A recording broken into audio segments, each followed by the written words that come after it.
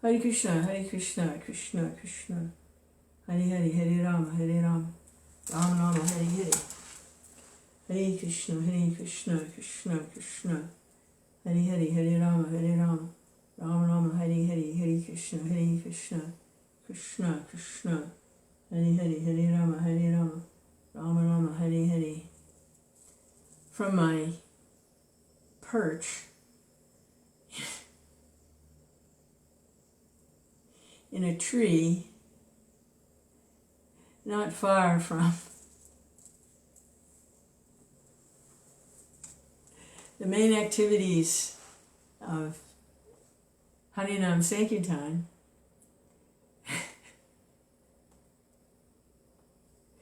a bird's eye view of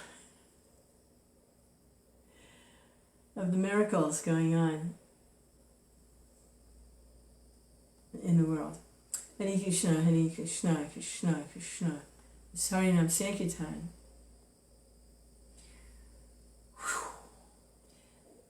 I don't know if you've ever been where there was a fire and it was raging, and you could see how it was ravenous. It was going to spread everywhere and you couldn't stop it, like these forest fires that they have sometimes. You just consume everything. I remember as a child, we had some wooded area in back of a house where I grew up, and there was a grass fire. I don't know how it started. It was just hot and dry. There was a little grass fire. It just started. I didn't start it. It just started.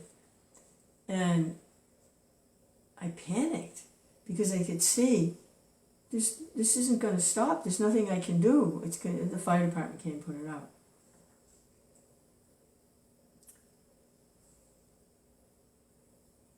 So the blazing fire of Sankirtan, it's a sacrifice for the sage.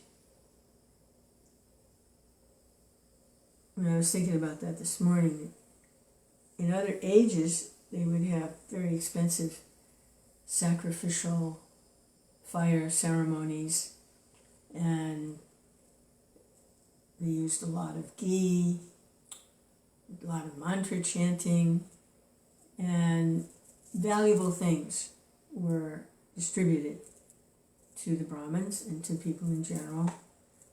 Gold, silver, nice clothes, foodstuffs were distributed, sometimes land and cows. It was a huge sacrifice, and the fire was fed by the Brahmins and the mantras.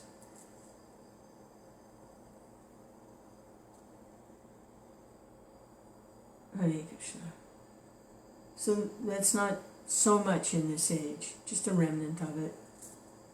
Sometimes a little fire sacrifice is done for an initiation ceremony or a marriage or something like that, or on a special holiday.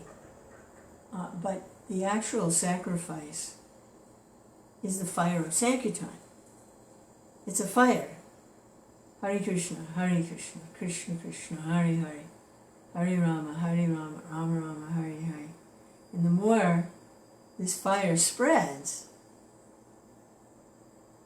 all inauspicious things will disappear. And everything can be used in this sacrifice of the holy name.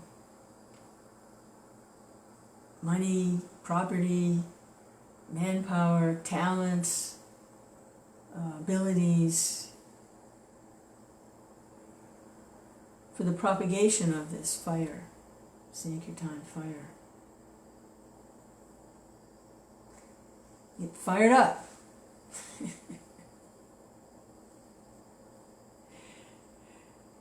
It is so powerful. I remember hearing how an iron rod, an iron rod is not, it's really kind of dull, it's very dull and heavy, iron rod. But when it's put in a fire, it becomes like fire. It's in the fire, you take it, you touch it to something else, it can burn something else. It becomes fire. by being in the fire. Hare Krishna. Hare Krishna, Hare Krishna, Krishna Krishna. Hare Hare, Hare Rama. If it burns hot enough, it can melt.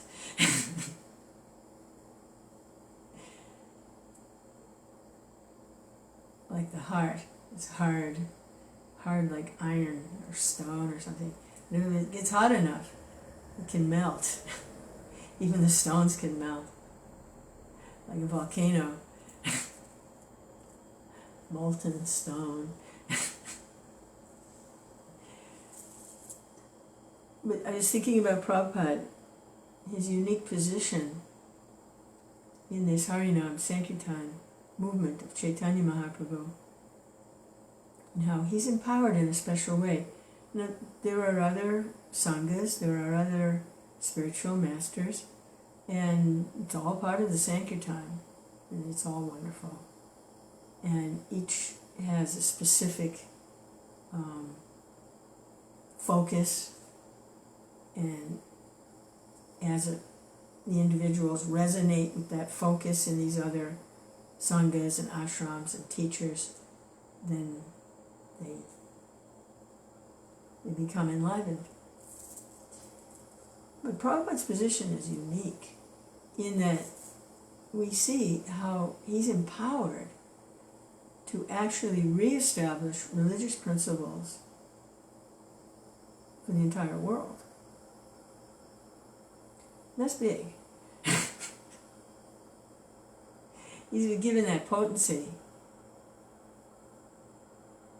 to reestablish religious, as well as deliver the bhakti, or the devotional love of God. But there's also that other aspect of Prabhupada that makes him stand out from other teachers, is his giving structure for organizing society. It's in his books, it's in his lectures, it's in his conversations. He's empowered for that. So this ISKCON is a very significant institution. It's kind of like the seed of restructuring the entire world. So, is it any wonder devotees who get an understanding of this are in a lot of anxiety that get it right. You've got to get ISKCON right. Got to get it right. This management, and got to get it right, because it's part of Prabhupada's mission to restructure the entire world in the middle of Kali Yuga, to facilitate this Harinam Sankirtan. Hare Krishna, Krishna Krishna, Hare Hare, Hare Rama, Rama Rama, Hare Hare, Hare Krishna, Hare Krishna. It's really big. I always say, Jagat Guru, Hare Krishna, Krishna Krishna, Hare Hare, Hare Rama. I was listening to an interview with a devotee who was born into the movement, was raised by devotee parent, single parent, and was kind of marginalized for a little while because the parent was having some difficulties, but they had a lot of exposure as a child to Gurukula and the teachings, and then they had to deal with the world. So they're a very, very intelligent person, I mean, like super intelligent, and they're now following the path called Pushti Marg, which was it Vallabha Acharya? One of the other acharyas taught a little differently than Prabhupada. Same thing, surrender to Krishna, same basic scriptures, same everything, but the structure was a little different. it was more grassroots. There weren't temples. People just practiced in their homes, which, the fire of Lord Chaitanya's Sankirtan, if you have seen a fire, sometimes like the wind will catch, like the cinders, and the cinders float over here, and then they make another fire. It's like, so there's a lot going on, and it was interesting to hear him discuss their practice. But it made me appreciate even more. I appreciate what they're doing, like anything. He's such a nice devotee, and he's a very famous person, actually, in the devotional, spiritual societies, because of his expertise and knowledge of Mridanga. His depth of study of Mridanga, it's not just a drum, it's a personality. And he relates to that personality when he plays. There's bhakti. It's really fascinating to hear him discuss. And it's not him making it up, it's actually the ancient science of Mridanga. I kind of had a sneaky suspicion that these musical instruments were personalities. I kind of. Anyway, he's really gone into depth in that. But Prabhupada's mission really stands out because of the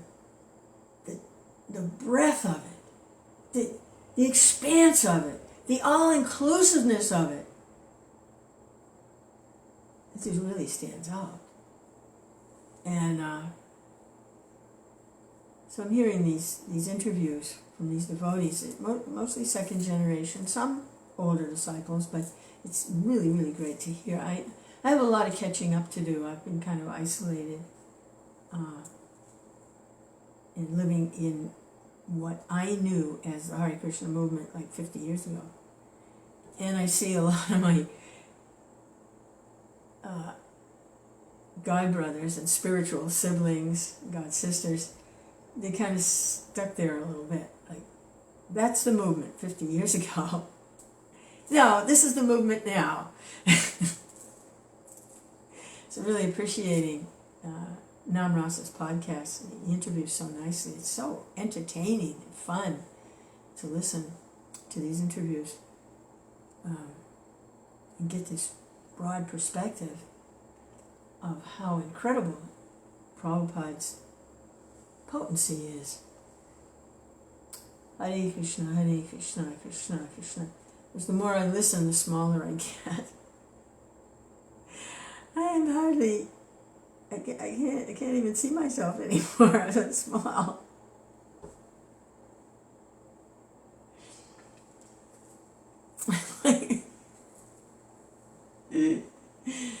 Hare Krishna, Hare Krishna, Krishna Krishna, Hare Hare. Hare Rama. That's all right. Let them do all the work. I'm tired. I just don't want to somehow get separated from the fire. Hare Krishna, Hare Krishna, Krishna Krishna, Hare Hare. Hey, Hare Krishna. Thanks for stopping in. Christiana. Hare Krishna. Hare Krishna, Hare Krishna, Krishna Krishna. Hare Hare, Hare Rama, Hare Rama.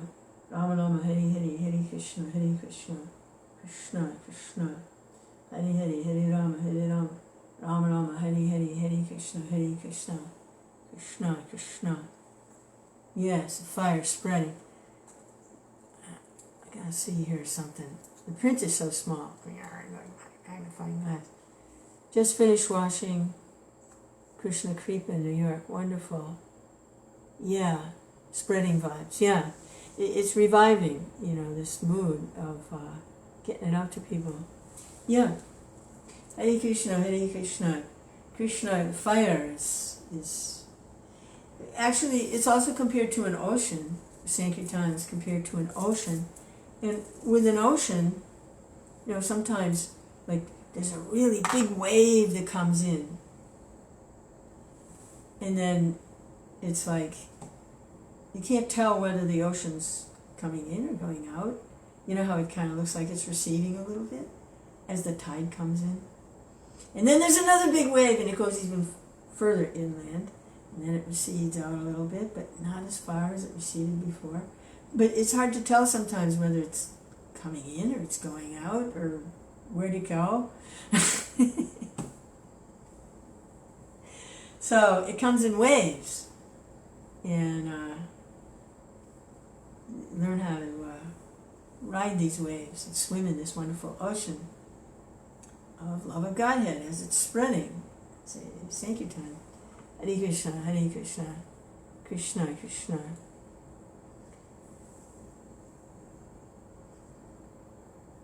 All right, Kṛṣṇa. Krishna Chaitanya Prabhu Nityananda Shri Advaita Gadadhar Shiva Sadi Gaura.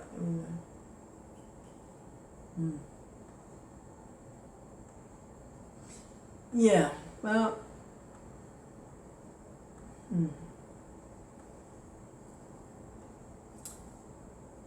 really don't want to offend anybody. Really don't want to. I need to practice, and I'm getting lots of opportunity to do that. Appreciating how everyone is actually connected to Krishna. Everyone is serving Krishna one way or another, either consciously or unconsciously, and not to offend anybody. Not just don't offend devotees, but don't offend anybody. I have to,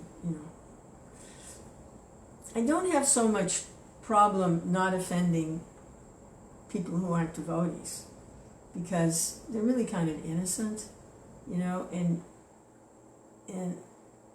I don't feel like they could do or say anything that would actually offend me, because they're really sound asleep. So it's really like I'm not defensive with them, people who really don't know anything about Krishna consciousness or anything. It's like, how can they offend? They don't know anything. But, so, there's a distance there, a natural distance, and I'm respectful, and, it's nice, but I don't come in close until it's Krishna. And if there's, Krishna is missing in the exchange, then I can't come in close. What am I going to come in close to? A body? A bag of stool? What am I going to come in close to? Because they're not spiritually conscious. They're, asleep. But where I get a chance to practice not offending anyone is when, in the name of Krishna,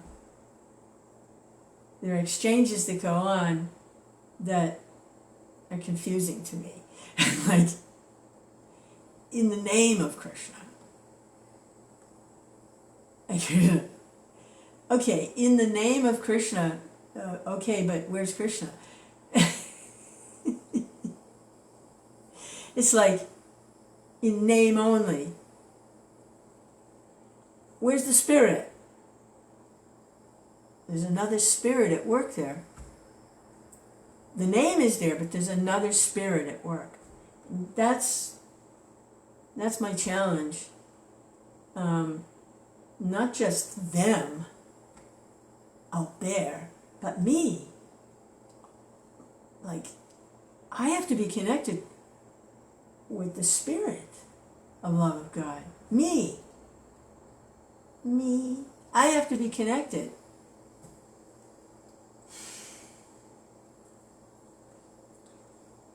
And that's where it gets interesting.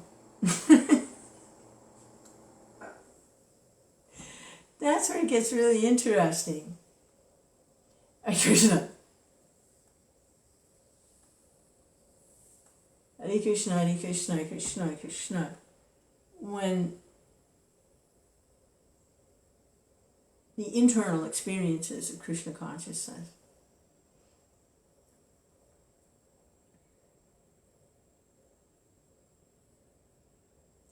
that's where it gets really interesting.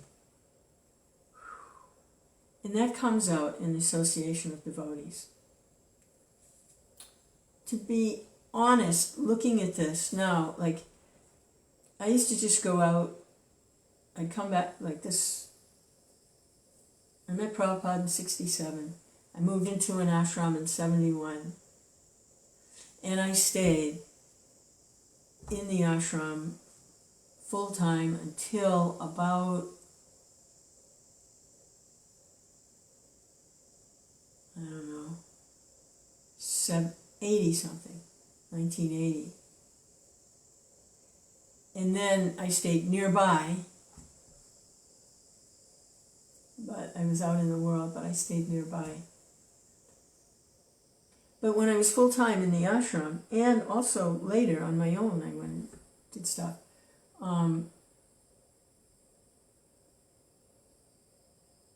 I just took shelter of the schedule and the regulation, and then I didn't have to interact with anyone in the temple, which was generally the mood anyway. Everyone was a student, and,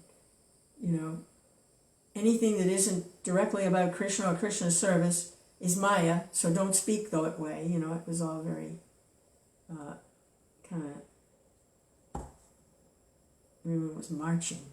It was like an army, student. And so I would just come back to the temple and for classes and something to eat, prasadam, take rest. And then I was out all day. I still can't stand up quite straight because of the book bag. It did something to my back. It was heavy with all those books in it. And I would just run around the streets talking to people and then selling them a book, and that was what I did. So I didn't have to go very deep with anyone. I could just, go from one to the other, here's a book, here's a book, here's a book, and feel connected to Kṛṣṇa by serving the Sankirtan like that. Prabhupada says these books are the big mridanga. He says the printing press is the big mridanga. He said, you can hear a kirtan on the street for a block or two, but a book, it can go like all around the world. So there was no internet then. So now we have the technology that, if the book was a step up from, in as far as expanding the movement from chanting on a street corner for a block or two, and the book is the big mridanga, then what's the internet? It's like the Maha Mridanga. And it's Krishna's arrangement. He's given this facility. Hare Krishna, Krishna Krishna. He's serious about this spreading thing.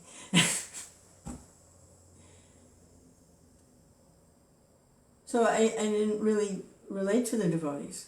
I mean, I respected everyone, but I was just like a soldier in the army. And I was in my 20s, and I just took it very seriously, went out every day. I did that for years and years and years and years and years. And that was my interaction with people, was just giving them Kṛṣṇa with a book.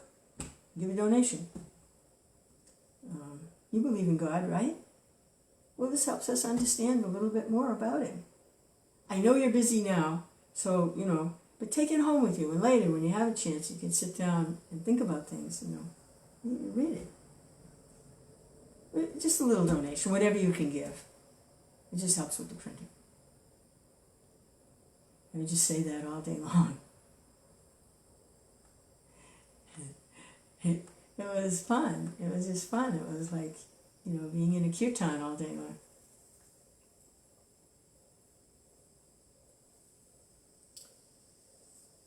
But there's other aspects that I was hearing in these podcasts. Very, very, very helpful. How that was then. That was then. This is now. And the seeds are spread. There's millions and millions of books out there. And there's a society with thousands and thousands and hundreds of thousands of people practicing Krishna consciousness. Okay? So now how do we cultivate? It's like when you plant a garden, you prepare the ground, plant the seeds, they start to grow. Now what do? Individually, if the seed of bhakti is growing, you have to tend the garden, pull the weeds out, the unwanted things that are choking the devotion, to pull those out, make sure it has water. Don't let any bugs come there and eat it up. And watch out for those animals, that the rabbits and stuff, they like to eat the little plants when they come up.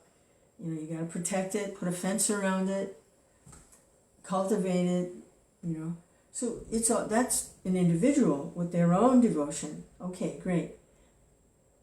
But what Prabhupada has given is an institution.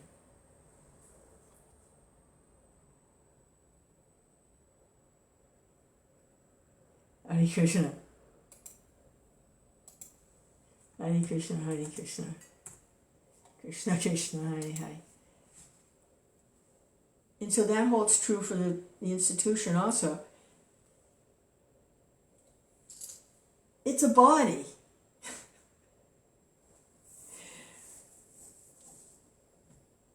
It's the institutional form for restructuring the whole world in Kṛṣṇa consciousness. How amazing. So it's growing. Like a baby grows, it's growing. When the baby comes out of the womb, he can't do anything. He can't see very well. He can't walk. He can poop.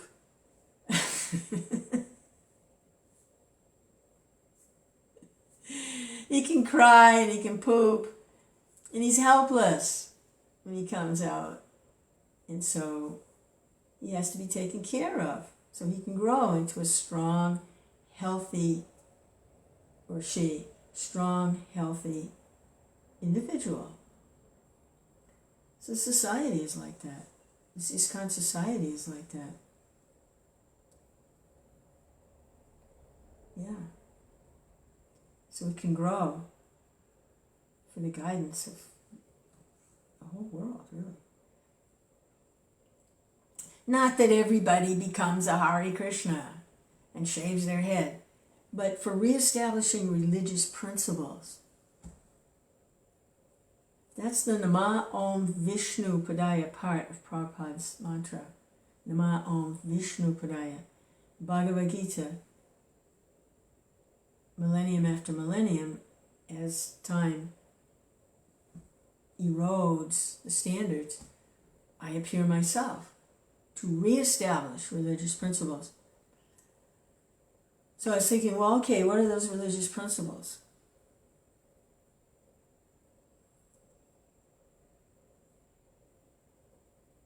Well, we know what sinful activity is, right? Meat eating, illicit sex, gambling, intoxication. Those are considered sinful activities. Those are sinful things. Because they take us away from, drag us down into entanglement in the material illusion. Because based on sense gratification and false identification of the self as a spirit. And they begin to identify that my pleasure and my best interest is in these other things. These sensual, overly indulgent kind of things. And then they lose your consciousness. Krishna discusses that in Bhagavad Gita also, like contemplation of the objects of the senses. One develops attachment for them. And from attachment, what happens? Lust develops, and then lust, anger, and like that. So it's a whole progression. So religious principles would be the opposite of that. Those aren't even spiritual principles. Those are just principles of civilized human life.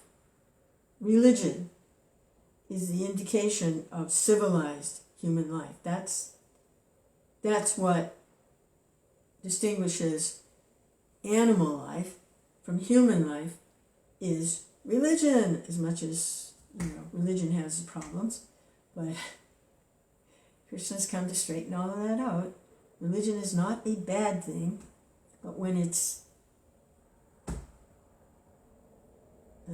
managed and preached by qualified representatives of God, religion is a wonderful thing. I was just reading something Bhakti Siddhanta wrote about how, I think it's called Radical Krishna Consciousness.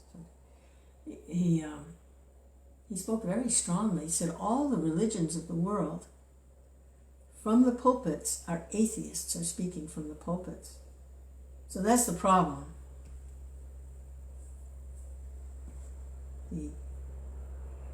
They've taken hold.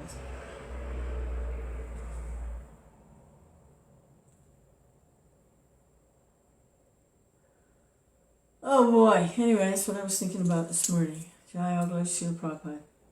Kṛṣṇa, just want to somehow or other stay near the fire. Don't drift away. Illusioned by the glitter of the promise of enjoyment.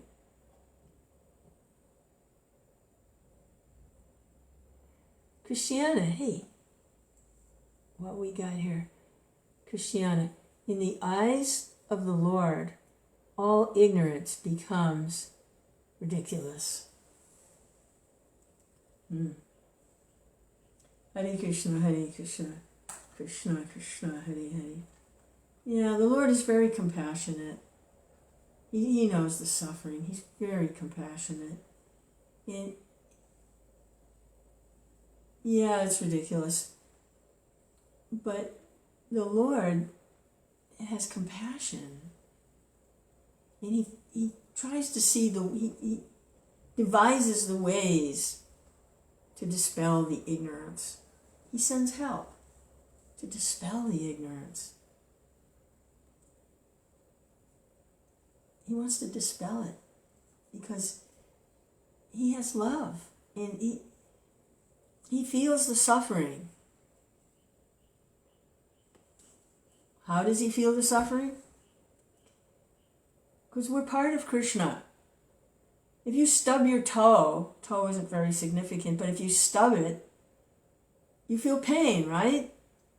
Because the toe is part of the body. So we're part of Kṛṣṇa. We're actually kind of like little Krishnas. Very little. We're incarnations of Kṛṣṇa, a special type of incarnation. Jiva Tattva. Kṛṣṇa is Vishnu, and when he incarnates, it's Vishnu Tattva. But he has other types of emanations, expansions, because everything's part of Kṛṣṇa. So we're an form of incarnation of Kṛṣṇa in the teeny tiny little Jiva Tattvas. So we're part of Kṛṣṇa. He doesn't want us to suffer. But we have this independence to turn away from Kṛṣṇa because the way I've heard it explained, it makes sense to me, is you can't force love. If you try to force love, how is it love? It's not love. So Kṛṣṇa provides, you want to turn away? Then here's an arrangement for you. I'll be here for you when you like a loving parent, I'll be here for you when you've had enough.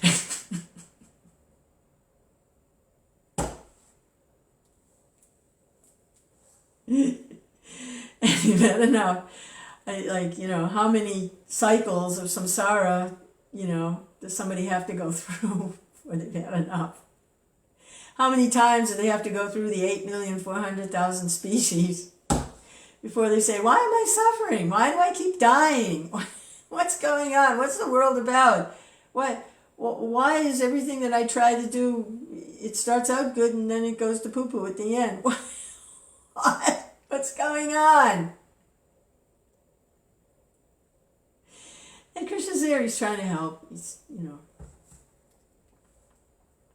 Yeah. But you can't force love. You have to want Kṛṣṇa. That's desire is the only really prerequisite for Krishna consciousness. You have to want Krishna. And then, what is it? If you take even one little baby step toward Krishna, he takes 100 toward you. He takes 100 steps toward you. He starts arranging everything so you can get, wow, this one's waking up, you know. It's like, I have a garden here, and when I see a little shoot coming up, I'm like, wow, I get so excited, you know, wow, it actually germinated. I give it what it likes, little cow manure. Some water. Make sure the bugs don't get it. Hare Krishna. It's not by our own endeavor. You know, we make some effort, we have some desire, we hear about Krishna, because Krishna exists. And Krishna is unavoidable. He's everywhere. So at some point, we're going to come in contact with something that reminds us of Krishna, especially now that the Sankirtan is going on.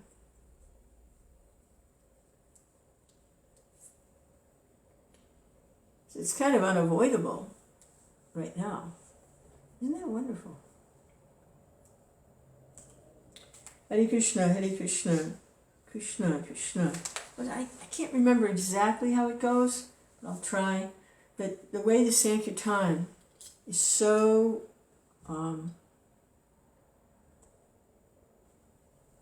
all-encompassing is that some people will drown in the Sankirtan. They'll drown in it, which is a good thing. It's like drowning in an ocean of nectar. You can drown in it. Some will swim around in it. And others, all they'll be able to do is just float in it.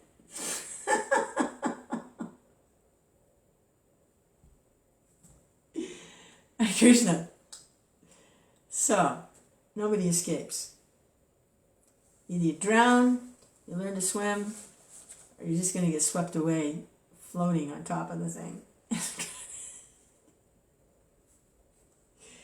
Krishna. All right, take some time here to hear about Krishna from the 10th canto of the Bhagavatam, the very heart and seed of the Sankirtan, the big mridanga. This is the big mridanga.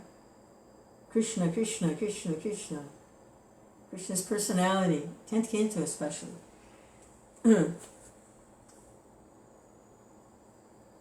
Nama Om Vishnu Padaya Krishna Pistaya Bhutale Srimate Bhaktivedanta Swami Iti Namane. Namaste Saraswati Devi Gauravani Pacharane Nirvisesa Sunyavadi Paskicha Desatar. Krishna Chaitanya, Krishna Chaitanya, Krishna Chaitanya, Krishna Chaitanya, Krishna Chaitanya.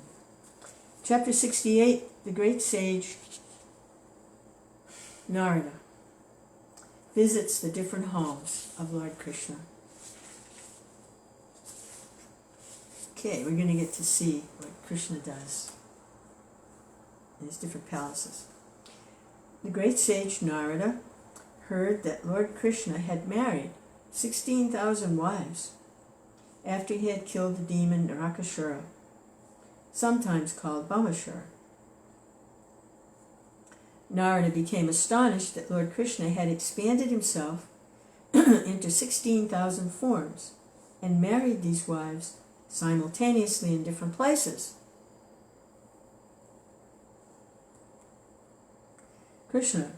Sometimes Krishna, to try and understand how Krishna can do this, it's like the sun is in the sky, but it's shining on everyone. So someone will, well, the sun is on my head. And someone else, well, the sun is on my head.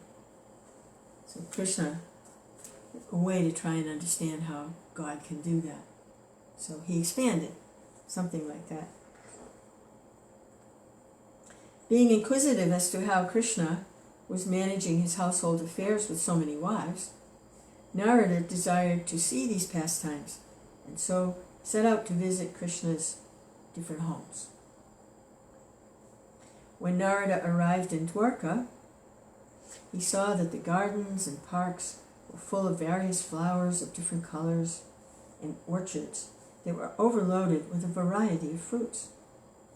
Beautiful birds were chirping, and peacocks were delightfully crowing.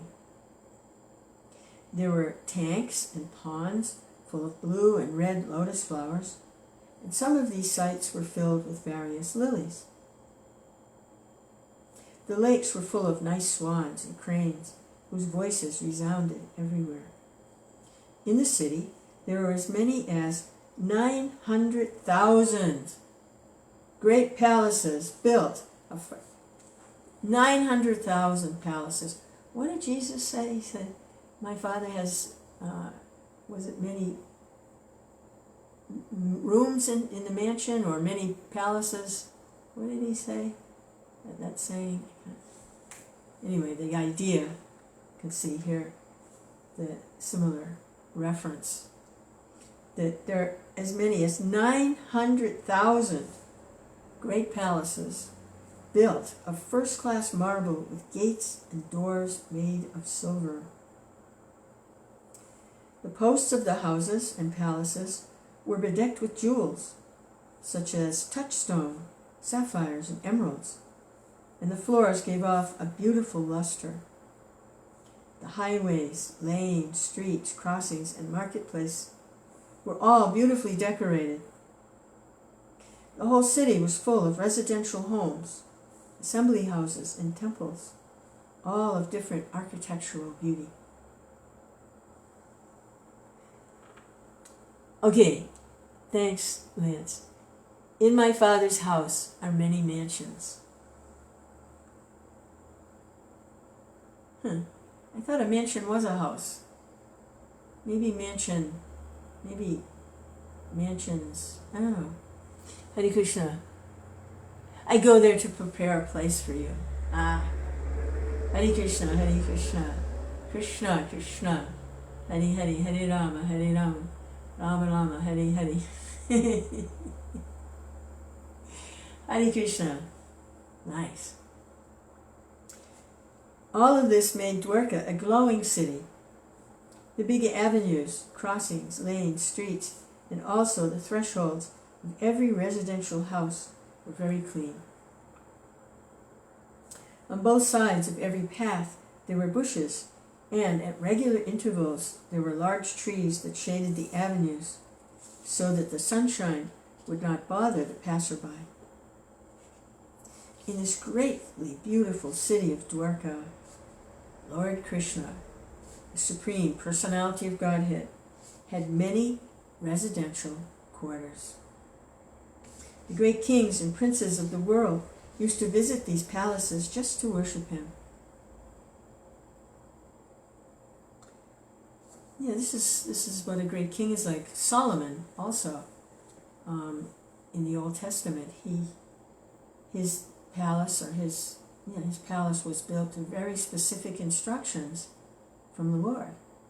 That the walls should be such and such high, the archways should be such and such, the columns should be decorated with, I think they had coconuts and palm tree things and whatever. It was very specific, his palace. And he was known for his wisdom because he prayed to God for wisdom. Not just wisdom for wisdom's sake, but wisdom to be able to serve as a king on a representative of God, his palace.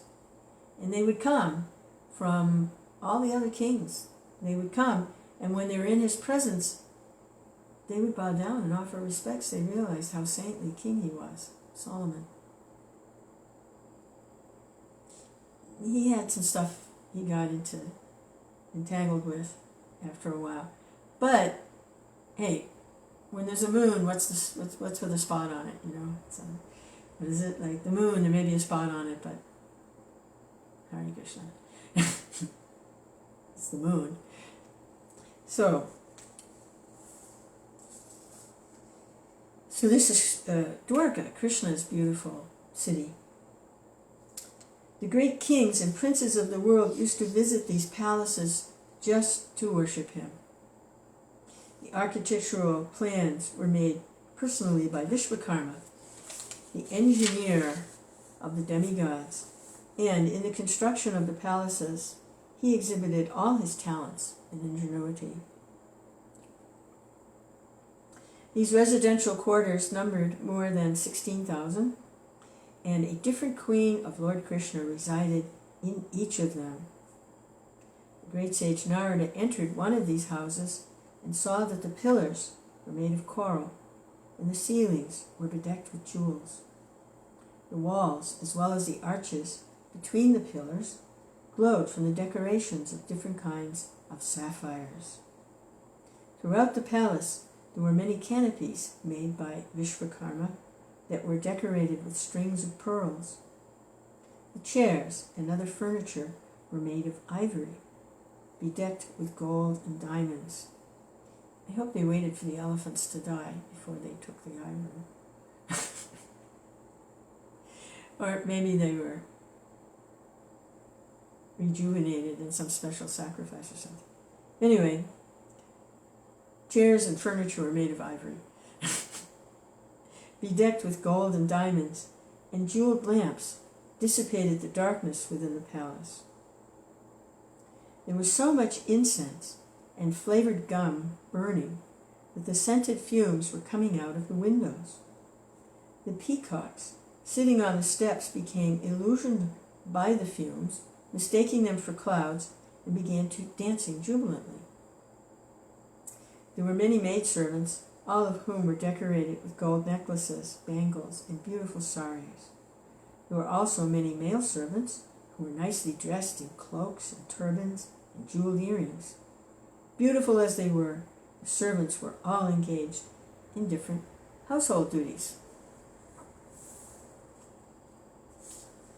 Wow, what a scene. Hare Kṛṣṇa. Wow. Nārada saw that Lord Kṛṣṇa was sitting with Rukmini Devi,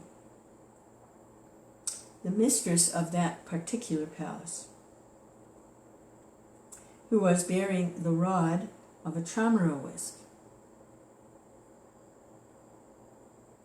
Even though there were many thousands of maidservants who were equally beautiful and qualified, and who were of the same age, Rukmini Devi personally was engaged in fanning Lord Kṛṣṇa.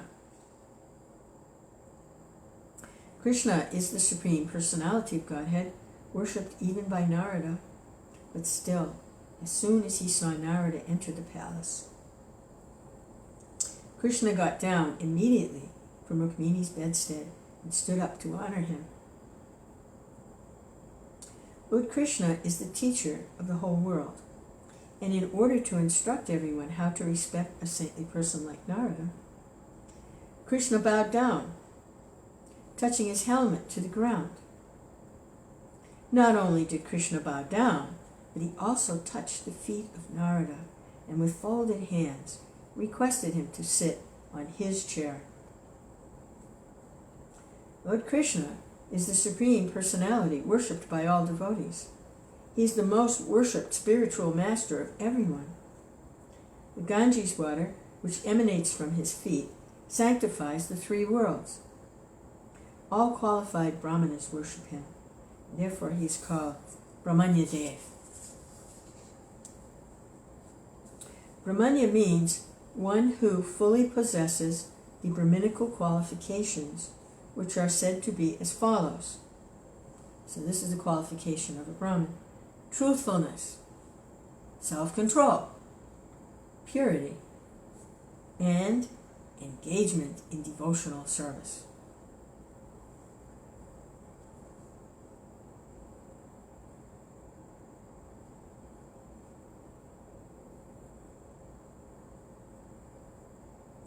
I missed a line. I skipped over a line. Wait a minute, get my glasses here. Let's try that again. Qualifications of a Brahmin: truthfulness, self-control, purity, mastery of the senses, simplicity, full knowledge by practical application, and engagement in devotional service. Hare Kṛṣṇa, Hare Kṛṣṇa, Kṛṣṇa Kṛṣṇa, Hare Hare.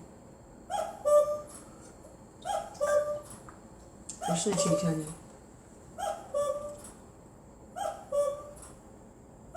Oh boy, he needs a battery. Oh my God, I've got to do that. Poor thing. Okay. Lord Kṛṣṇa personally possesses all these qualities. And he's worshipped by persons who themselves possess such qualities. There are thousands and millions of names of Lord Kṛṣṇa. Vishnu Sahasranam. And all of them are given to him because of his transcendental qualities.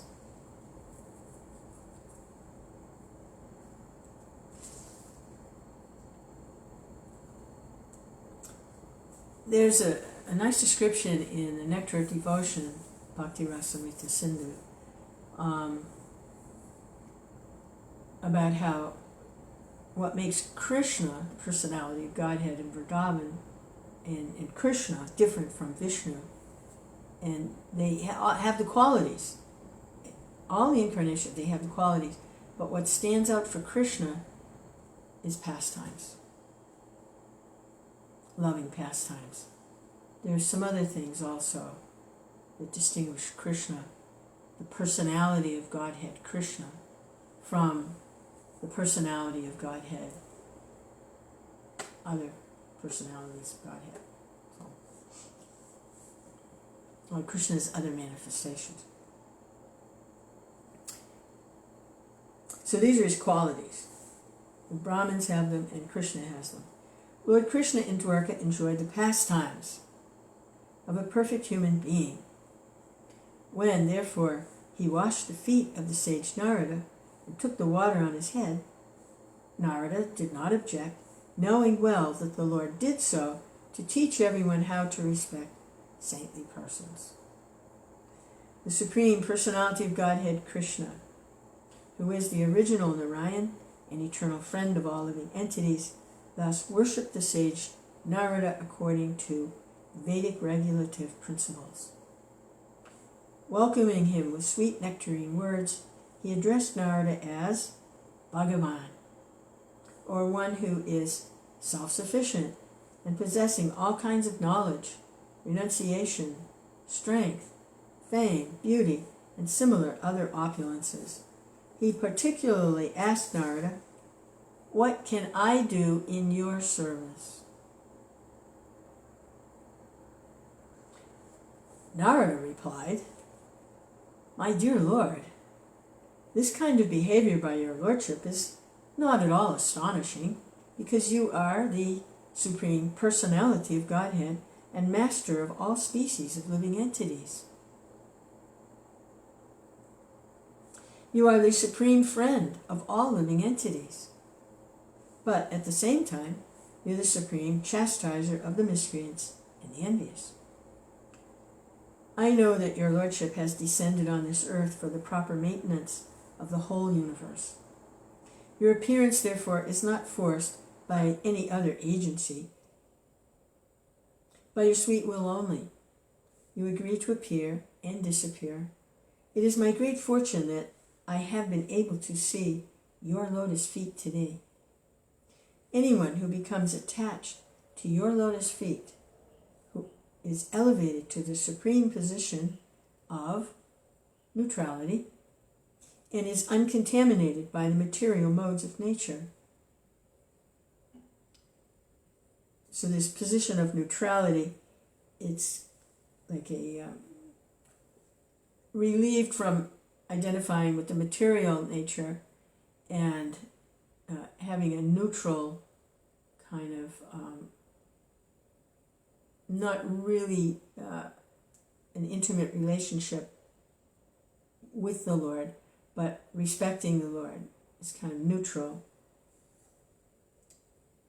From there is servant, friendship, parental affection, and conjugal mood. But in the beginning, just by seeing the lotus feet of the Lord, you're immediately, as what Nārada is saying, immediately elevated to the neutral position, which is a good jumping off point.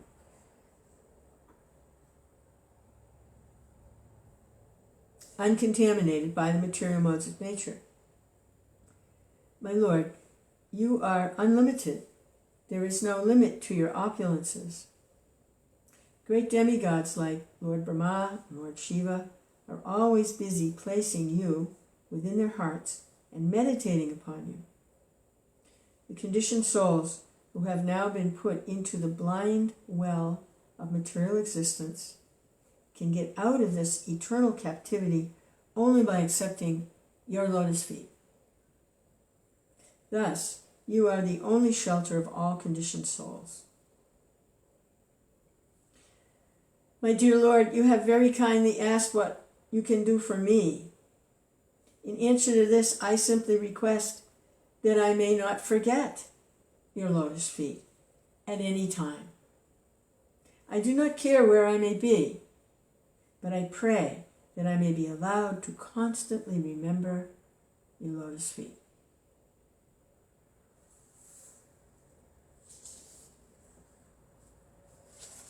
Hare Krishna, Hare Krishna.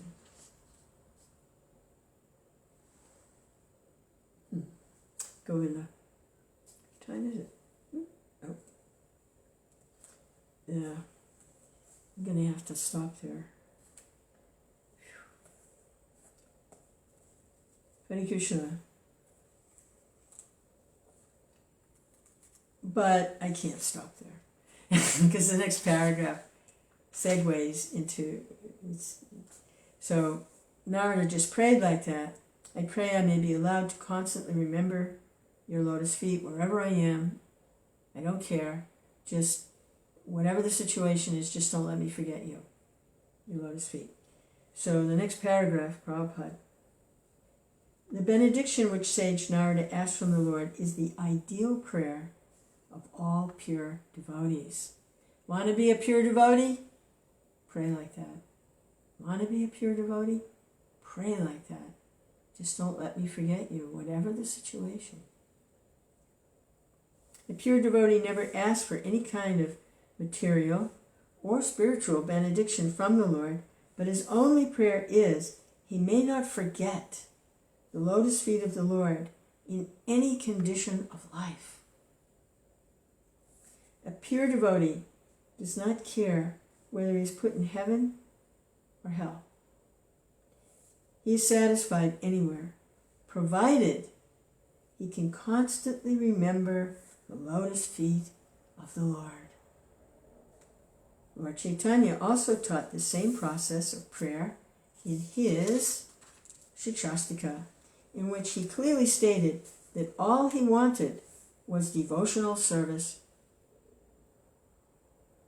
birth after birth. A pure devotee does not even want to stop the repetition of birth and death. To a pure devotee, it does not matter whether he has to take birth again in the various species of life. His only ambition is that he may not forget the lotus feet of the Lord in any condition of life. Hare Krishna, Hare Krishna. All right, so Nārada's gonna go visit another palace.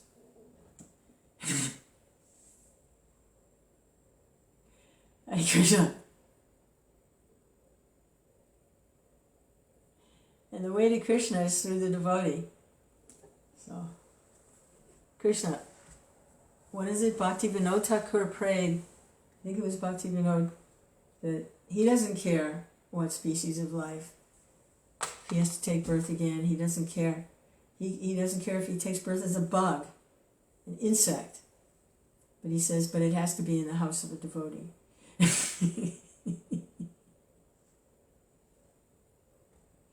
Because that's how you remember Krishna, is by the mercy of the devotee. Hare Krishna, Hare Krishna.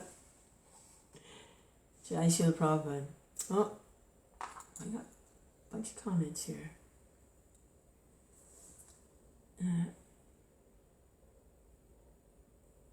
that where I am, there you may be also. Hare Kṛṣṇa. It's kind of like a dream come true. A dream come true.